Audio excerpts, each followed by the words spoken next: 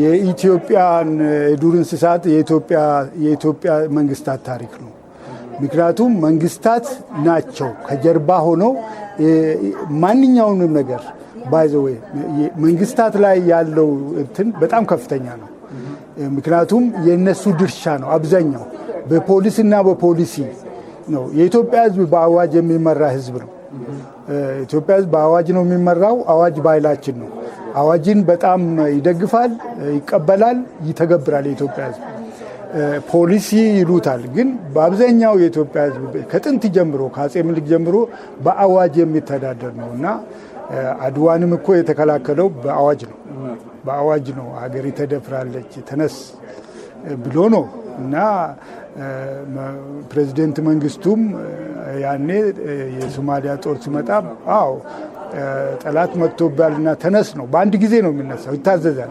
የዱር እንስሳትም ላይ እንደዚህ አይነት ፖሊሲ ጠበቅ ያለ ቢወጣ እንትን ይላል እና ብዙ ጊዜ ይሄንን ሰርቻለሁ፣ በዚህ ላይ ሰርቻለሁ። ስለ አርቲክልም አለኝ፣ ረጅም አርቲክል አለኝ።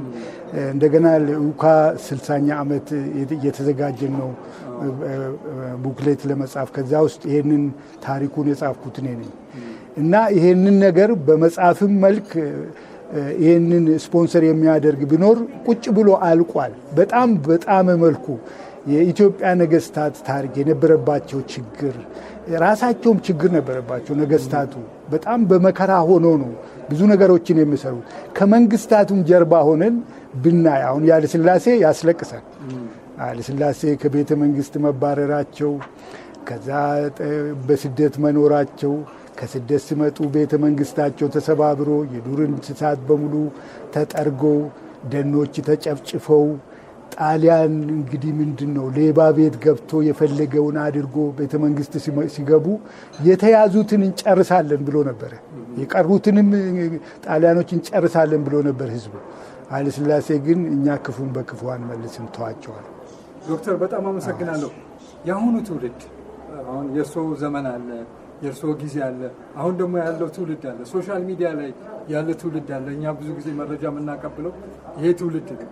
ቅድም በፕሬዘንቴሽኑ ላይ ከምስረታው ጀምሮ በአጼ ሚኒሊክ ጊዜ ጀምሮ የነበረውን ጥረት እስከ መጨረሻው አሁን ዶክተር አብይ እስከሚያደርጉት ጥረት ድረስ የገለጹበት ሁኔታ ነበረ።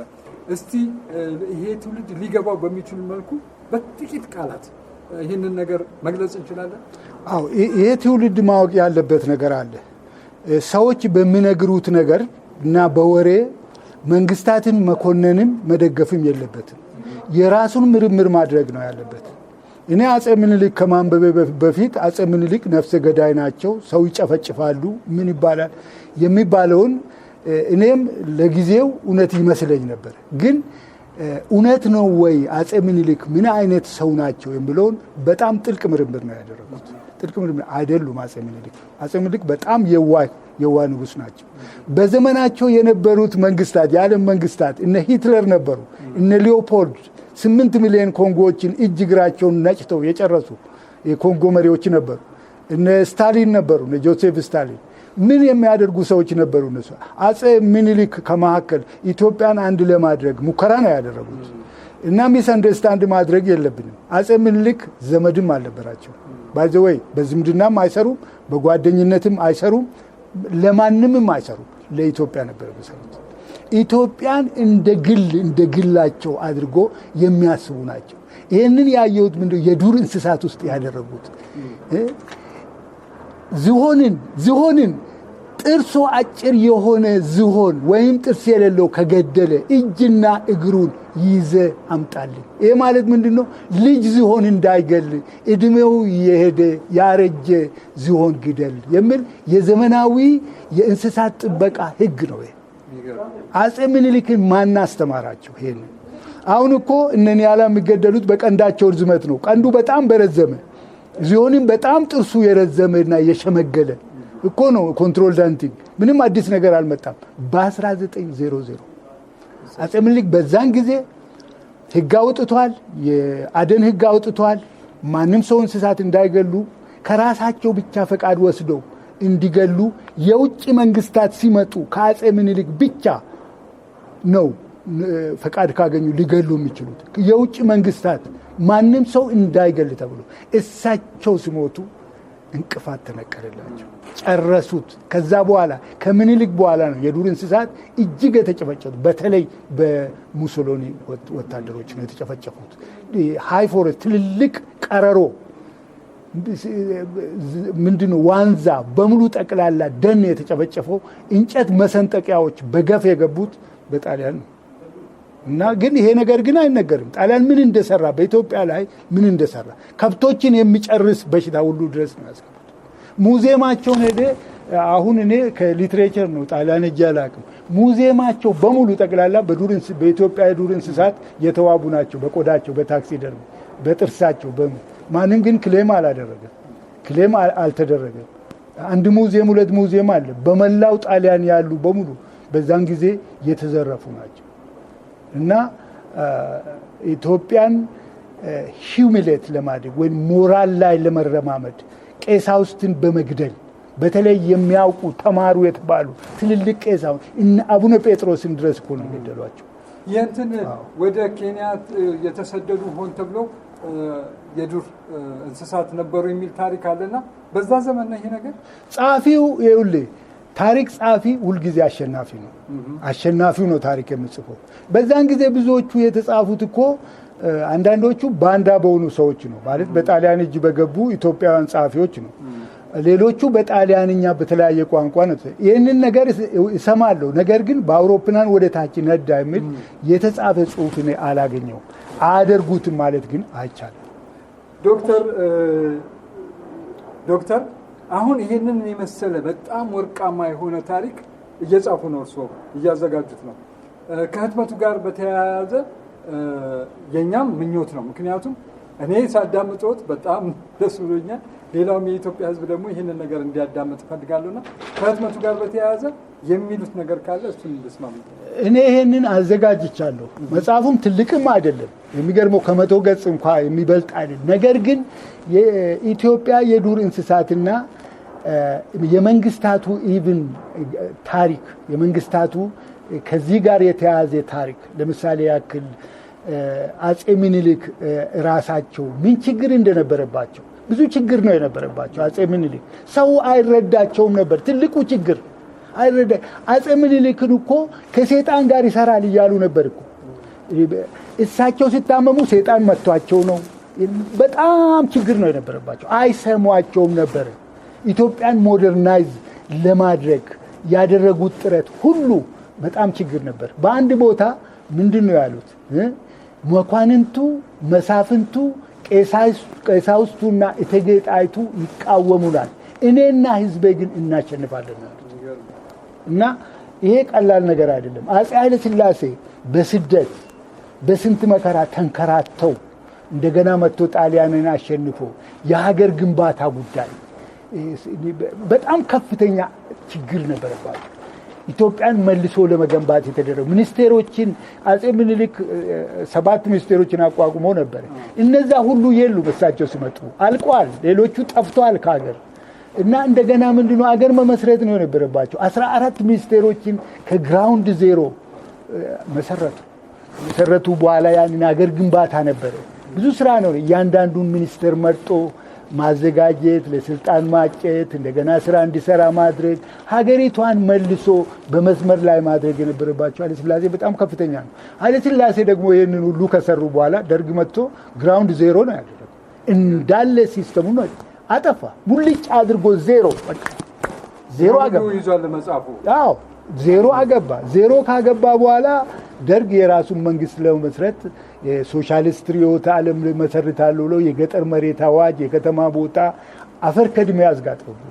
ከዛ በኋላ ደግሞ እሱ በ17 ዓመት የሱ ደግሞ አይኔ ነው ያየው። ኢፒአርዲኤፍ መጣ፣ በቲፒኤልኤፍ የሚመራ መዛግብት አልቀሩ። መዛግብት ሜዳ ላይ ነው የተበተኑት። የፍርድ ቤት መዛግብት አልቀሩ። መሬት ላይ ነው የተቃጠሉት። አርባ ምንጭ ነበርኩ። የፍርድ ቤት መዛግብት፣ የእስር ቤት ማስረጃዎች አልተረፉ። ሜዳ ላይ ነው የተቃጠሉት። ይሄ ትክክል አይደለም። ሀገር ምስረታ ነው የተያዘው። ለምንድን ነው ያለፈውን መንግስት እንዳለ ስራውን አጥፍተን እንደገና ከግራውንድ ዜሮ የምንጀምረው? ካለፈው መንግስት ለምን አንማርም? በዱር እንስሳት ብቻ አይደለም፣ በብዙ ነገሮች ካለፈው ተምረን መጥፎውን ትተን ጥሩን ይዘን ወደፊት ብንሄድ ኢትዮጵያ ሁልጊዜ ትነሳና ዘጭ ትላለች፣ ትነሳና ዘጭ ትላለች። ይሄ በጣም በጣም ከባድ ነው። ከሁሉም ደግሞ የመንግስት ማስተላለፍ በጣም በቫዮለንስ የተሞላ ነው። በጦርነት መንግስት ግልበጣ ነው። የኢትዮጵያ ታሪክ የመንግስት ግልበጣ ታሪክ ነው። መንግስት ግልበጣ ባለበት ሰላም የለም። ሀገሪቱ እንኳን ለሰው ለእንስሳት፣ ለዱር፣ ጫካው ይወድማል፣ የዱር እንስሳት ይጠፋሉ፣ የተፈጥሮ ሀብት ይወድማል። ሰላማዊ የመንግስት ሽግግርን ኢትዮጵያ ናፍቋታል። በጣም ናፍቋታል። ምናልባት ጋዜጠኛ ጓደኛዬም ጥያቄ አለ። እሺ እንግዲህ እኔ የምጠይቃችሁ ያው ካቀረቡት የጥናታዊ ጽሁፍ በመነሳት ነው። እኔ አለምነሽ ኩምሳ እባላለሁ።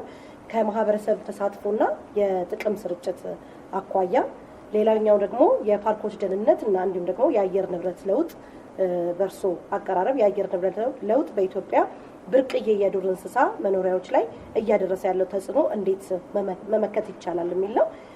ይሄ የመጀመሪያው ደግሞ የማህበረሰብ ተሳትፎና ጥቅም የአካባቢው ማህበረሰብ ከዱር እንስሳ ጥበቃ በቀጥታ ጠቃሚ እንዲሆኑ ለማድረግ በጥናቱ ያቀረቡት ዋናው መፍትሄስ ምንድን ነው? እኔ አሁን ስለ ክላይሜት ቼንጅ እስካሁን ድረስ ብዙ በቂ ጥልቅ ጥናት አላደረኩም። ነገር ግን ስለ ማህበራዊ የምለው ህዝብን ያላሳተፈ ማንኛውም ልማት ዋጋ የለውም። ይሄ በዓለም የተረጋገጠ ነው። በእኔ ብቻ አይደለም፣ በኮንሰርቬሽን ምሁራን በሙሉ የተረጋገጠ ነው። ህዝብን ያላሳተፈ ልማት በተለይም የተፈጥሮ ሀብት ጥበቃና እንክብካቤ በፖሊስም ሆነ በፖሊስ በማቋቋም ወይንም መመሪያ በማውጣት በፍጹም አይከናወንም። ደርግን የሚበልጥ የለም። በፖሊስ ኃይልና ፖሊሲ በማውጣት በየሳምንቱ ያወጣል። ነገር ግን አልተቻለም። የዱር እንስሳት ይሞታሉ፣ ዛፎች ይቆረጣሉ፣ ከሰል ይከሰላል፣ ደን ይመነጠራል። የማይደረግ ነገር የለም። ይሄ ለምንድን ነው የሆነው? ህዝብን ያላሳተፈ ስለሆነ። ህዝብን ማሳተፍ አለበት። ህዝብ ምንድን ነው እኔ አውቅልሃለሁ የሚል ነገር ከቶ ፈጽሞ አይሰራም ህዝብ ላይ። ይሄ ህዝብ ድሃ፣ ምስኪን፣ በእግሩ የሚሄድ ቁምጣ የሚለብስ ይመስላል። ነገር ግን የምናስተዳድረው ቤት ውስጥ እኛ አይደለንም፣ ራሱን ነው የሚያስተዳድረው። እኛ ምግብ እንሰጠዋለን እንዴ? ልብስ እናለብሰዋለን እንዴ? እኛንን እንደዚህ ያደረስነው በእውነት እኛንን እንዴ? ራሱ ነው። ራሱ መስተጋብር አለው። ህብረተሰቡ ራሱን በብዙ ነገሮች መስተጋብር አለው። ህብረተሰቡ ራሱን የሚያስተዳድርበት ከመንግስት በታች ትልቅ የሆነ ኢንስቲትዩሽን ነው ራሱ። ስለዚህ ምንድነው የጥቅም ተጋሪነት አሁንም ተረጋግጧል ማለት አንችልም። የጥቅም ተጋሪነት መረጋገጥ አለበት። የዱር እንስሳትን እና ደንን መጠበቅ አስፈላጊ ሆኖ ከተገኘ በዚህ ላይ በትልቁ መሰራት አለበት። ትልቁ ምንድነው? ፓርክ እናቋቁማለን። ቤት እዛ አካባቢ አለ። አንበሳ ሄዶ በሬ ይበላል። በሬውን አንተካለት። በሬው አይተካም። ማንም የሚከፍለው የለም። ይሄ በተለያየ ስንክሳር እንደዚህ ነው፣ ስራ ላይ መዋል አይችልም፣ ቀበጠርሰ ምናምን በጥናት ላይ ተመስርቶ ለምንድን ነው ኮምፐንሴሽን የማይደረገው? ካሳ የማይሰጠው ለምንድን ነው? እዛ አሁን እኮ ነጨበራ ጩርጩራ አካባቢ፣ ደሳ ብሔራዊ ፓርክ አካባቢ፣ በተለያዩ ቦታዎች አካባቢ አንበሳ እንስሳት ከብላት ሰዎችን ይበላል። ይሄ እኮ ምንም አይነት ካሳ የለውም። ልዩ ተበልቶ፣ ላሙ ተበልቶ፣ በሬው ተበልቶ እዚህ ላይ በጣም በትልቁ መሰራት አለበት። እንደው ምናልባት የቀጣይ አቅጣጫና የባለድርሻ አካላት ሚና በተመለከተ የቀጣዩ አቅጣጫ ምንድነው? ምን ጊዜም በእኔ አስተሳሰብ ዛሬ ከትናንት ይሻላል በብዙ ነገር። ይሄንን ትላንት ከዛሬ ይሻላል የሚል ትውልድ ቢፈጠር ጸለምተኛ ትውልድ ነው። ትላንት ከዛሬ አይሻልም። ነገ የተሻለ እንደሚመጣ እርግጠኛ ነኝ። ልጆቻችን ከኛ የተሻለ ኑሮ ይኖራሉ፣ ኢትዮጵያ የተሻለች ትሆናለች የሚል ግምት አለኝ። ከፖለቲካ አመለካከቶች ሳይንቲፊክ በሆነ ሁኔታ ትላንት ከዛሬ አይሻልም። ትላንትና እኮ እናቶቻችን መውለድ ካልቻሉ ይሞቱ ነበር። አንዲት እናት በወሊድ ምክንያት ዛሬ አትሞትም አይደል እንዴ? 20 ደቂቃ እኮ ነው የሚወስደው ኦፕሬሽን ደቂቃ ነበረ። ከዛሬ 20-30 ዓመት በፊት ቀዶ ጥገና እኮ አልነበረም። በቃ አንድ ሴት እኮ መውለድ ካልቻለች መሞቷ ነው። በቃ ምንም አማራጭ እኮ የለም። ቁጭ ብለን ያለቀስን እስክትሞት ድረስ መጠበቅ ነው። ዛሬ ያ የለም። ብዙ ነገሮች ይሄ እንደ ምሳሌ ያነሳው በዱር እንስሳት በኩል የዛሬው ትውልድ ማወቅ ያለበት ትልቁ ነገር ካለፈው ታሪክ መማር አለበት። ያለፈውን ታሪክ ዝም ብሎ በጸለምተኝነት መኮነን የለበትም፣ ማወቅ አለበት። መንግስታቱ የራሳቸው ችግር ነበረባቸው። በቃ ያንን ችግር መረዳት ነው። ትላንትን ደግሞ በዛሬ መዳኘት አንችልም። ትላንት በትላንት ነው የሚዳኘው። ትላንትን ዛሬ ላይ ሆነን አጼ ምኒልክን መኮነን አንችልም። እዛን ጊዜ የነበሩ ናቸው መኮነን የሚችሉት። እኛ መኮነን የምንችለው አሁን ያለውን ስርዓት ነው። አብረን ስላለን መናገር የምንችለው እሱ ነው። ትላንት ግን አንችልም። ነገስታቱ ኢትዮጵያን እስከ ዛሬ ማቆየታቸው በዚህ አይነት ስቃይና መከራ ውስጥ ሆኖ የሚገርም ነገር ነው።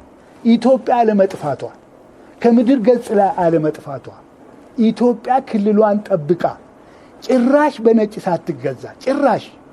በነጭ ሳትገዛ ክልሏን ጠብቃ ሺህ ጊዜ ብትቆራረጥ ከላይ በታች ዛሬ ያለንበት ሳንበታተን እንደ ፊልስጤም ሆነን አንድ ላይ ሀገር አለን እኛ ብለን የምንሸሽባት ከውጭ ዲፖርት ብንደረግ የምንገባባት ሀገራችን ኢትዮጵያ መኖሯ ትልቅ ነገር ነው። የዱር እንስሳት ምናልባት የዱር እንስሳት ሀብትን ለትውልድ ከማስተላለፍ አንጻር ትልቁ የቤት ስራ ምን ብለው ነው ያስ? ትልቁ የቤት ስራ አዌርነስ ነው፣ ግንዛቤ። ህዝቡ ተገንዝቧል ወይ የዱር እንስሳት? አሁን ብዙ ጊዜ ስለ ግሪን ሌጋሲ ሲነሳ የዱር እንስሳት አብሮ ሲነሱ አልሰማም።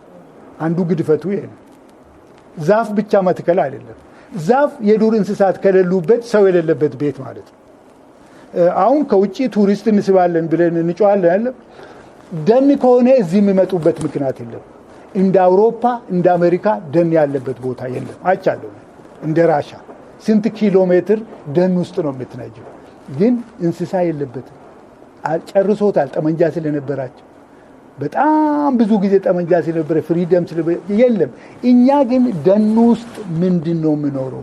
የዱር እንስሳት ላይ ቱሪስትን ለመሳብ የዱር እንስሳትን የያዘ ደን ነው መመስረት ያለብን። ሪስቶር ማድረግ አለብን የዱር እንስሳቶቻችንን። በአሁኑ ሰዓት ለምሳሌ ዋሊያ እያለቀች ነው፣ በፊት ለፊታችን እያለቀ 270 ገባን የሚባል ወሬ ነው ያለው። እያየን እያለቀ ነው ያለው። ትራንስሎኬሽን ለምን አይደረግም? ለምን ወደ ሌላ ቦታ አይወሰድም? ይሄ ነገር እኮ የኢትዮጵያ ሀብት ነው እንጂ አንድ ክልል ሀብት አይደለም።